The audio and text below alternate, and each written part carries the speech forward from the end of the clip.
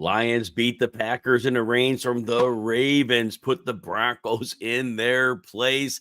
Joe Burrow throws 5 touchdowns, a bunch of injuries. Don't know what to do with Caleb Williams anymore. And crazy game between the Seahawks and the Rams.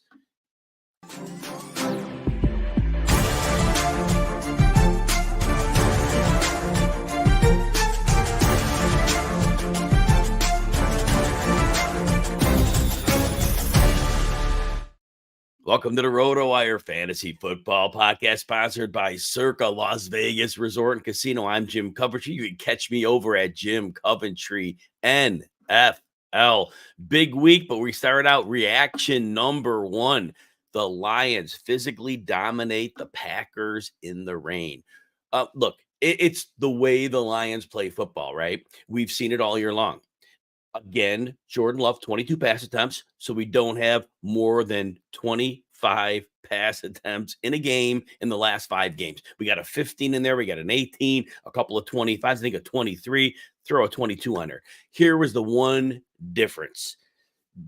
Jared Goff is normally getting 2 or 3 touchdowns on those 25-ish attempts. Threw one in the rainstorm. Didn't need to do more. Goff is fine. No knock on Goff. But like I was saying all along, you can only be that efficient in so many games. You can't throw 25 passes every week and expect to get 2 to 3 touchdowns. And there's no quarterback that could do that. So that's the rub. So for fantasy, Goff hurt you.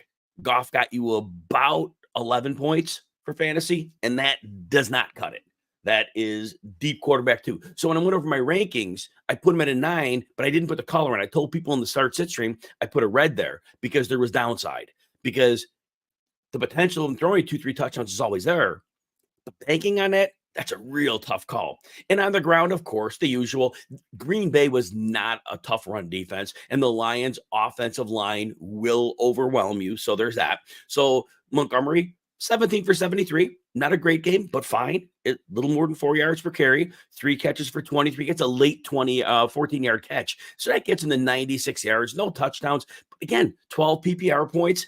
He'll take it. It's not the best game. You can't score a touchdown every game. Even Kyren Williams wasn't even able to get it against the Seahawks today, despite having a chance at the goal line. There's still time in that game as I'm recording this, so right now it doesn't look good, but maybe he still gets one. Jahmyr Gibbs, 11 carries, 65, so real nice there, almost 6 yards a carry. Does get in the end zone. As usual, not used enough in the passing game. 1 catch, 11 yards. I do think the Lions at some point, and they did for little parts of the last year, they need to get him somehow more involved in the passing game.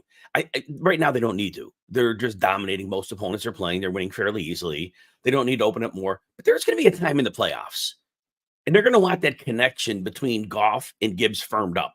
They're going to want to have that good to go. And I really think it's an explosive element of their offense that would really change things up. Who knows with Jameson Williams? Suspended 2 games. He got in trouble, I guess, with the law last week. I don't know what his deal is, if he's going to get suspended again or not. Don't know the deal on that. But again, it's all the targets. So this week, remember last week, Amon-Ra St. Brown, 2 targets, but he got the touchdown. He gets through for fantasy. Well, this week, he gets 7 targets. No other Lion at 3 targets. Again, Goff, 22 passes. So there's that.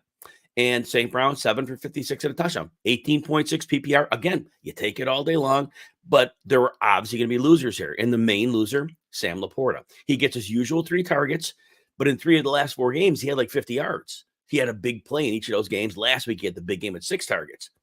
But basically, he's a 3-target a game guy. And 2 for 28. That's the problem. So Sam Laporta has shown playmaking ability. But if you're not getting the ball, how much do you get done? No shade on the Lions here. The Lions are winning football. They're playing man coverage. They're bringing some blitzes. Noah Wade and Hutchins, so they're bringing in. Apparently, they're in the market for a pass rusher. Trade deadline's Tuesday. So it looks like they're really going to make a move here.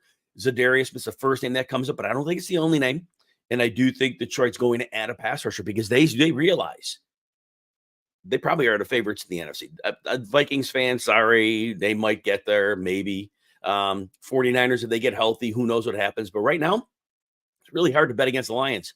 The Lions seem to be the team. It's going to be hard to beat. Now, could they lose a game? Of course. Game script, NFL, any given Sunday. I get all that, you know. But right now, they're a very solid team. That defense is better than last year. The Packers, look, what do you say? Jordan Love guts it out. Playing with a groin injury, wet field, continuing to rain. You saw he labored a couple times in that game, and yet the young man gutted it out. That's a winner performance. For fantasy, he didn't help you. 273 in a pick. Of course, he didn't run for yardage because of a groin injury. So, but you got to be so impressed with what Jordan Love did here. The fact he competed. And yeah, they got blown out. They got a late touchdown to make it closer than it looked. It was really a 24-6 game. I get it. Josh Jacobs, fine. The usual, he gets you about 100 scrimmage yards, doesn't get in the end zone, which has been most of the cases this year. So he's been a fine floor play. Just doesn't have many of those ceiling games because just not finding the end zone enough. But, it's a long season. And they're going to score points. And eventually he could get things going. So I would, certainly you're not upset with Josh Jacobs. And it's an NFL. He's playing better for NFL than he definitely is for fantasy. So there's that. So the only receiver that does anything in this game, Jaden Reed. Oh, by the way, back to Josh Jacobs. Of course, Emmanuel Wilson scores a garbage time touchdown. The game is over. They're smart for not putting Jacobs in. You don't need him on the field in a wet field and at a point where your game's over. They were smart. Not yelling at Todd Bowles, but Chris Godwin's on the field in a game that didn't matter. He could have got hurt in any snap of that game. But the point is, when the game's over, we see all these injuries pile up. Get your players out when the game's over. And if you're going to leave some stars in, don't put them in harm's way. Do what you can to keep them out of that. So there's that. But Emmanuel Wilson does score a touch. But again, that's not Josh Jacobs' fault. We didn't want him on the field. Keep him healthy. They got a bye week. Just keep him rolling. But Jaden Reed had the game. And I said this in the start sit stream. I mentioned that Jaden Reed's had a number of poor games in a row. But what Jaden Reed had going for him, Detroit played a lot of man coverage. It was going to be a wet field.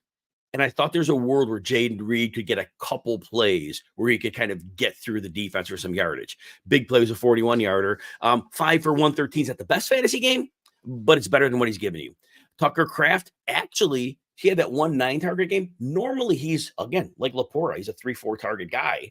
He gets 6 here, but 4 for 34, so nothing really there. Christian Watson, 37 yards, so not much else going on here. It just was Lions playing well on defense. The weather is a real problem. See, James in the house. I'll definitely comment on Joe Burrow's touchdowns. We're going to talk about that game in a little bit. But so that said, the Lions right now, they are seemingly, my mind, right there, the top team in the conference. The Packers, give them time out of their bye. See what they're going to be. I'm not worried about them. They still could compete with anybody. Defense, maybe they'll make some adjustments. We've saw some growth on and off, but I don't know if they play a big boy offense in the playoffs. I don't know what's going on with that. See, Randy's in. Hello, Randy. All right, let's get to our reaction number 2. We have the Ravens put the Broncos in their place. I talked about this one also in the early streams. And what we have here is this. I said, look, I like Denver. I like them a lot. And Denver, they blitz a lot. They create a lot of pressure. They have great cornerbacks. It's a recipe for winning. The problem is they have a lot of light bodies in their front 7. It's built for speed. And I said to myself, the Ravens is not the matchup you want here because the Ravens will bully you. Easy. They will bully you up and down the field. That's what the Ravens do. And so as Ravens go, they just basically put them in their place. Now, here's the thing. Derrick Henry, of course, does his damage. 23 for $106, couple of touchdowns. Lamar Jackson only throws 19 passes, 280 and 3. Zay Flowers. Now, what I liked about the Ravens was this. They didn't use Deontay Johnson. If they used him, I didn't see him on the field. He's probably played some snaps. If he didn't see him out there. He may have played some. Again, I'm watching multiple games at a time, so it's hard to pick that. I got to rewatch these games early in the week when I watch them, all individually.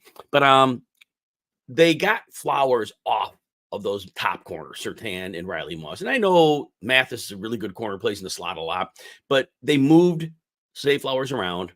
They got him off coverage, and man, Zay Flowers 8. Another 100-yard game, 127 and a couple touchdowns, only 6 targets. That's it. Otherwise, Mark Andrews didn't need to do anything. 2 catches, 26. Not his fault. Again, they only threw 19 passes. It's kind of like the Jared Goff thing for Detroit, right? So there's that. And but this is just it was a business game for the Ravens offense. And look, the Broncos tried to bring pressure. And I was surprised Lamar Jackson didn't run as much as I thought he would take off a lot more in the pressure game. He didn't. Whatever reason. I don't understand why he did or didn't, but he didn't need to. They took care of business. They can win a lot of ways. And this is just another definition of that the Ravens are no joke on offense, and they're going to be very difficult for any defense to defend. I can't wait to see if they do play the Chiefs NFL playoffs. I can't wait to see how that goes, because you bring Deontay Johnson, and by the time he acclimates, you go cover 0 on them. Now you got somebody who win like that. That's going to be a big difference for them.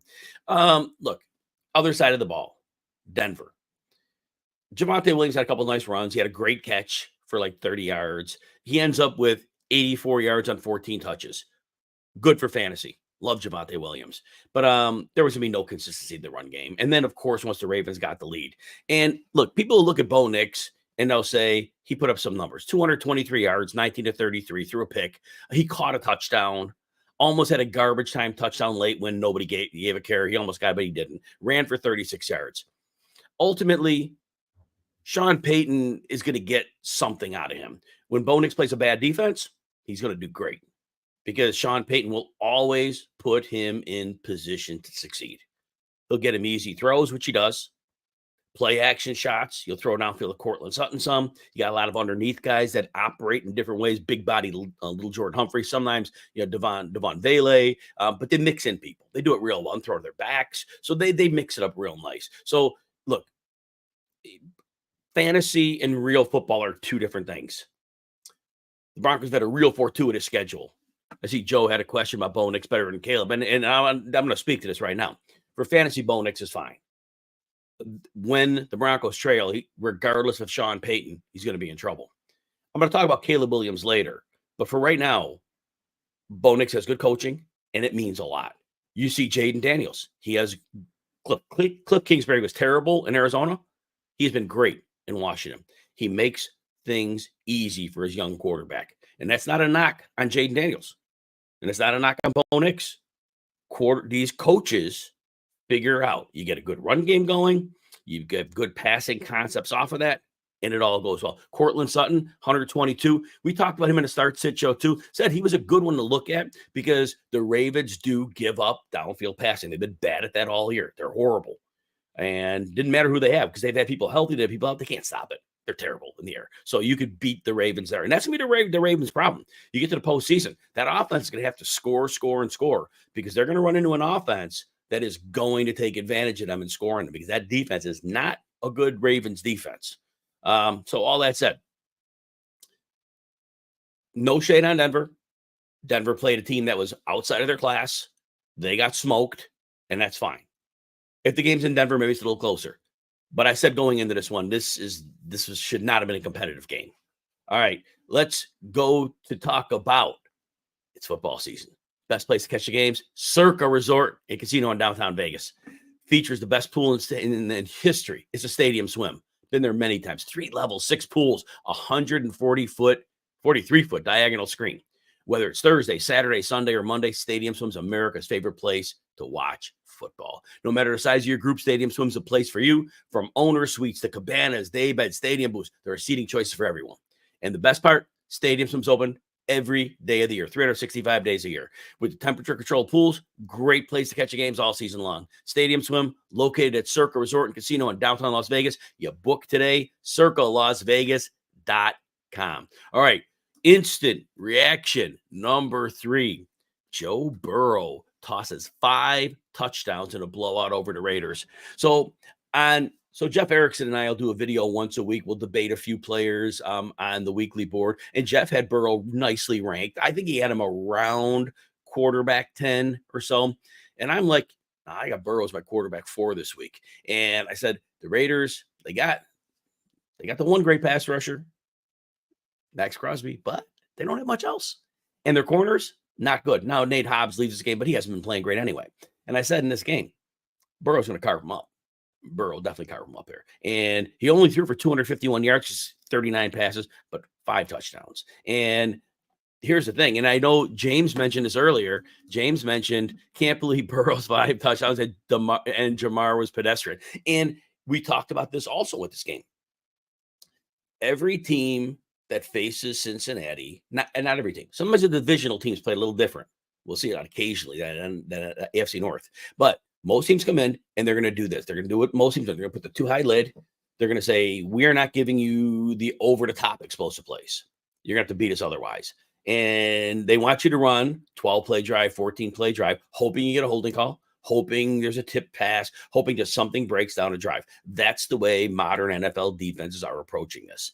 And, well, what happened was Chase Brown on a nice third down play in the red zone, got in the back of the end zone, real nice toe tap in there. But Chase Brown, here's the thing with Chase Brown. I'll get back to Burrow in a minute. Chase Brown, look, Zach Moss was out. Chase Brown would be getting about 16, 18 touches. I thought they'd bump him up a couple touches here. Now, maybe because they were in a blow and he got more. I didn't think he'd get all the touches. Even though Travion Williams isn't good, I thought they would give Brown a little rest. They didn't. 27 carries, 5 targets. Chase Brown, 157 yards and a touchdown. We love him because we mentioned those 2 high shells, all that room in the underneath. Well, Chase Brown's explosive. As a runner, as a receiver, he finds those gaps, and when he gets there, he can make something happen. The Bengals, since they've been seeing these 2 high shells, they've wanted that explosive running back. It still stuns me. They started the season with Zach Moss ahead of him. I just never understood that, but they figured it out. It took them a few weeks, but they figured it out, and Chase Brown's been their guy. Moss not playing again today, but he normally gets you 5 to 8 touches. Now it's way scaled down from the double digits he was getting. I mentioned this in the start-sit show as well. When T. Higgins has been out this year, tight end Mike Gesicki has eaten. I don't explain the correlation. Gesicki's a big slot receiver is really what he is, right? So he can get vertical. But the way the Bengals run it, it seems when Higgins is out, they lean on Gesicki as the vertical. And again, Gesicki, like last week, it was 77 yards, I think. This week, 5 for 100. Got a late touchdown to give him 2 for the game. Gesicki goes off on 6 targets. Again, he's a seam stretcher, and you're talking 2 high safeties. The shell, the seam is a great place to attack, and Burrow will rip the ball down the seams. That's a great way to attack those defenses. Now, once Higgins is back, it's been shown Gesicki just falls out of the offense. So just expect that. So Higgins is back. Be careful with Gesicki. Eric All suffers a knee injury. Drew Sample gets 4 targets and a touchdown. Tanner Hudson gets 3. This team always uses a lot of tight ends. But Jamar Chase, look, I just want to say it this way. 11 targets, 7 for 43. Obviously the focal point of the defense. But the other thing was Cincinnati was winning big. They didn't need to force Chase the ball. That simple. They didn't need to make sure he got a touchdown. Could he have scored one? Certainly. Certainly could have figured out to get him a touchdown. But when you're winning big, probably like the thing where you protect your players.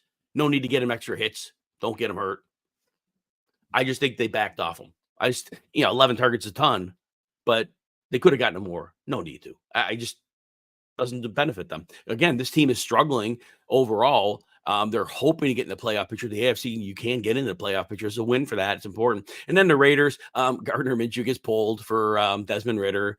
Minshew 17 passes, Ridder 60. Fortunately, Ridder comes in because if you were playing Brock Bowers, you get the garbage time late touchdown from Ridder. You might not have gotten that from Minshew. So Bowers cashes for you. Jacoby Myers, 8 for $105, 11 targets. He's going to be a great PPR option going forward. The Raiders are going to trail most weeks. He is such a reliable receiver, gets open. All 3 of their quarterbacks are comfortable getting him the ball. Of course, if you started Alexander Madison, he let you down. Zamir White takes the touchdown. Don't know why. Madison had been the goal line back. Zamir White is 6 carries for 10 yards, but they give him the touchdown. They give him multiple cracks at the end zone. Don't get it. Madison's been good at the goal line. Madison 9 for 36. And then in the blowout, Amir Abdullah comes in, 4 catches, 3 targets. So that just is a mess. When they trail too much, he comes in and gets some garbage time. So if you count on Alexander Madison, you got 36 yards. I liked him this week. I thought he would get volume. I thought he would get goal line work. Apparently, they pulled the rug on him completely there. All right, we are going to go over more of this week's reactions after we take a short break. All right, instant reaction number 4. How do the Bears retain their coaching staff after this blowout loss at Arizona? So we said earlier, Joe had a question about, is Bo Nix better than Caleb? No, Caleb Williams is going to be a superstar. He has 0 chance with this coaching staff. There were a couple weeks against bad defenses where they were starting to make things a little easier for him. Not a lot, enough. They are not weaponizing DJ Moore. They are not protecting him. They're not using play action. They're not using enough motion. All the things that Washington is doing for Jaden Daniels and the things that Denver's doing for Bo Nix. Caleb Williams is getting zero of them. And here's what defenses are doing. They are pinning their ears back and they are just sending the house at him because they know the Bears don't have good route combinations. They're not going to do protection schemes. Caleb Williams is on an island. He is running for his life. Bo Nix ain't running for his life. Jaden Daniels isn't running for his life. Occasionally they get under pressure. Caleb Williams is always under pressure. And if the Bears fall behind in a game, it's even worse. The only thing, they had a couple downfield passes to Romo Dunze. Arizona would seem more to DJ Moore. Of course he should be. DJ Moore, you can't start him in fantasy right now. 33 or fewer yards in 4 of his last 5 games. You can't do that. 5 to 7 fantasy points, 4 to 7 fantasy points in 4 of his last 5 games. Now in there he has 100 yards and 2 touchdown game. But 4 out of 5 games, that's not even flex level. He is a superstar receiver. In the legitimate NFL, DJ Moore is a top 10 to 12 receiver for what he can do. Worst season of DJ Moore's career. DJ Moore's had some garbage quarterbacks in his career. Didn't matter. Shane Waldron has ruined this offense. Ruined it. And the coach, Matt Eberflus, the head coach, foolish. He had a clue of some things. That staff needs to be gone. I don't care who they bring in tomorrow. They need to fire that staff now because their young quarterback needs to build on something. Don't wait till the offseason. Bring somebody in. Somebody's going to love to work with Caleb Williams. Start working on things now. So next year, the Bears can be dangerous. I said, the Bears will be fun this year. They can be dangerous next year. Not if they keep Eberflus and if they keep Shane Waldron. Oh my gosh. Train wreck. Other side, look, Arizona, not a lot for fantasy here. They were winning big. They didn't have to do much. Kyler threw 20 passes, didn't have to run, so he did nothing for fantasy. James Conner does get his 100 yards on 18 carries, but he left for a couple moments with an injury, and while he was out, we saw Trey Benson take a touchdown in. Later, we saw Amari DiMercato take a touchdown in, and then here's the other one. They're on the 1-yard line, and they hand the ball to Trey McBride. Good for McBride. McBride salvages fantasy day with that touchdown, 3 for 35. But, man, give the ball to James Conner at the goal line. Seriously, the man works his tail off, takes all these massive hits time after time. It's fine. I'm bitter. I love James Conner, so that's kind of my thing. But really, the guy does all the hard, heavy lifting, and then, you get the ball to the tight end. Like I said, good for Trey McBride. We love Trey McBride. And I'm happy he didn't just go 3 for 35. He had a good enough fantasy day by rushing in that touchdown, so that worked. But again, not much else to say about the Cardinals. The Cardinals are a gutty team. They give it each week. And, I don't think they're making the playoffs, but you know what? A couple teams go south down the stretch. That's a big game for tiebreakers. The Bears now with another loss, it could be a big deal. If one of these other teams falls off the track in the second half, no idea what can happen. But again, Cardinals are a good team. They're in the right direction. The Cardinals are definitely headed in the right direction. All right, instant reaction number 5.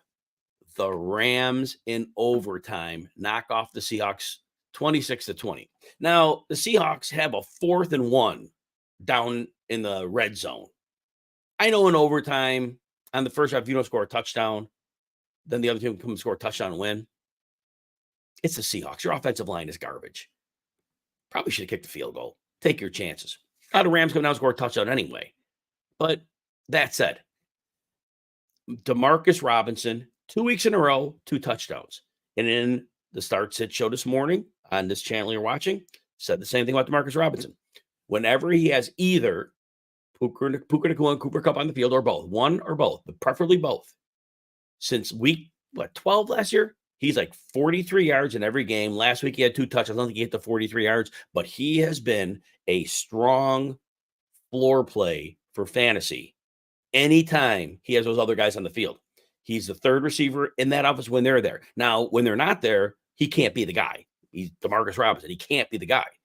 But what he does in that offense when defense are worrying about Kupp and or Nacua or both, we see it time and again. McVay uses him perfectly. So as long as they're on the field, Demarcus Robinson, call him a flex, but he could be a little better than, but a flex for sure, because that 40 yards is not great that he usually gets, but it's good. This week, 6 for 94 and 2 touches, including the game winner.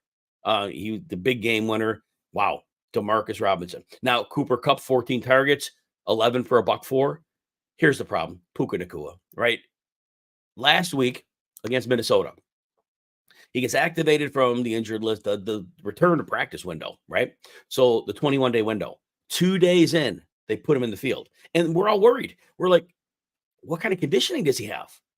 And so some people sat Nacua because it's like, what if he's a decoy? What if he plays a few snaps? And of course, Nacua goes for 100 yards. He dings his knee in practice this week. And they're like, he's fine. Good to go. 1 catch, 11 yards, 4 targets. That's the line we should have had last week. But we get 100 yards. Now you start him this week. So if you started him last week, if you sat him last week, you got nothing for 100 yards. If you played him this week going against that, you got 11 yards. Oy, oy, oy. But look, you assume he's on the field, so he'll be healthier next week. And this guy is a beast on the field, so that'll get figured out. Not worried about it at all. Cooper Kupp, 14 targets, again at the expense of Nacua getting 4. That'll be more balanced, I think. I think that's more balanced. I think Cooper Kupp and Nacua are probably going to be both around 10-ish, and it probably will sit there. But outside of that, Kyren Williams, amazingly, like first game in forever, doesn't find the end zone. He had chances. Divisional battle. Seahawks, I knew he was coming. They stopped him. So there's that. Good enough. But again, Matthew Stafford didn't have much of a fantasy game, but in overtime, gets him to 298, gets him a second touchdown. The overtime got him there. Because otherwise, he was only about 230, 240 and 1 touchdown. It would have been a mad game. And then let's see what else we got here. Geno Smith. Sacked 7 times. That offensive line is terrible. 3 picks. Still throws 3 touchdowns. Still gets him back in the game. Oh, you know what, Randy? And I didn't even see this. Thank you for pointing this out. Puka Nacua gets ejected early in the game. Had no idea. I got all these games on. Had no idea. Nothing was listed on. And I kept flipping on the notes to see if anything comes up. He got ejected. All right. Then that's it. Thank you for clearing it up. I got all these games on. Did not hear that. Did not see that. Wow. That's a big deal. So, okay, let's clear that up right now. Puka Nacua, he did still let fantasy managers down. But that would be the reason. I'm going to see the snap counts tomorrow, and obviously just want to be real low. Thanks for pointing that out, Randy. Did not know that. All right. So what else do I want to say here? Geno Smith finds himself trying to keep coming back, throwing the picks. They're still behind. They got to race. So again, it's been the story with Geno Smith all year. When they're chasing, he piles up all these yards. In this game, he get the 3 touchdowns to go with it. Offense is like 1 touchdown and 300 yards when they're chasing. He goes 363 and 3 touchdowns. If you played him, amazing day. But the pressure he's under, it's just unfair for Geno Smith. I feel terrible for him. And obviously no DK Metcalf, but the Rams are the team you can still exploit. Well, Jackson Smith-Njigba has a second half to remember. He goes 7 for $180 and 2 touchdowns, scores the touchdown to put it in overtime. He just went off in the second half. He's one of those borderline fantasy options, He's that usually 7 target guy. He gets you 50 to 70 yards. I don't think anybody saw this coming. Hopefully you played him if you had him. Tyler Lockett gets a touchdown at 63 yards. Otherwise, not a whole lot else. Kenneth Walker gets his usual 100 yards total because, he chips it a little through the air. Does go 25 for 83 after a 6 for 9 on the ground last week. So there's that. But they have a bye. Hopefully they get DK Metcalf back, and then that should change everything. That should be the big deal here. So hopefully that gets them straightened out. But that line is a problem. 4th string right tackle, that's not helping. They have so many issues on that line. They are just not protecting Geno. And so for fantasy, he'll have some games, but it's going to be problematic for this team as a whole just to consistently put up offense. A couple comments before we get out of here. Let's see what we got here. We've got Country Bumpkill down 28. You have Darnold, Jonathan Taylor, and Downs off in PPR. All right. And then you're up 21 with Justin Jefferson at Chiefs D. He has Mahomes and D-Hop. Should be good there. And Daniel Caps survived with Murray and Puka having less than 8 points. That's the way to do it. You want to win when things don't go your way. That's the team. And Randy, as always, thanks for pointing out the Puka thing. Yeah, I'm stunned that I didn't hear it anywhere. I'm glad you pointed out because, again, I'm trying to check the news, like what's going on, and not seeing a thing, but you got me saved here. All right, everybody. RotoWire covers all the fantasy sports. You know, you get a free 2-day trial, no credit card needed. You go to rotowire.com/pod. Again, no credit card, 2 days access, takes on the paywall, see everything we got, rankings, articles. If you like it, join the team. If not, we're just glad you took a look. Want to give thanks to our sponsor, Circa Sports, Circa Resort and Casino, downtown Las Vegas. Whether it's Thursday, Saturday, Sunday, or Monday, Stadium Swim is America's favorite place to watch football. Thanks to everyone for listening. Come back next week for another edition of the RotoWire Fantasy Football Podcast.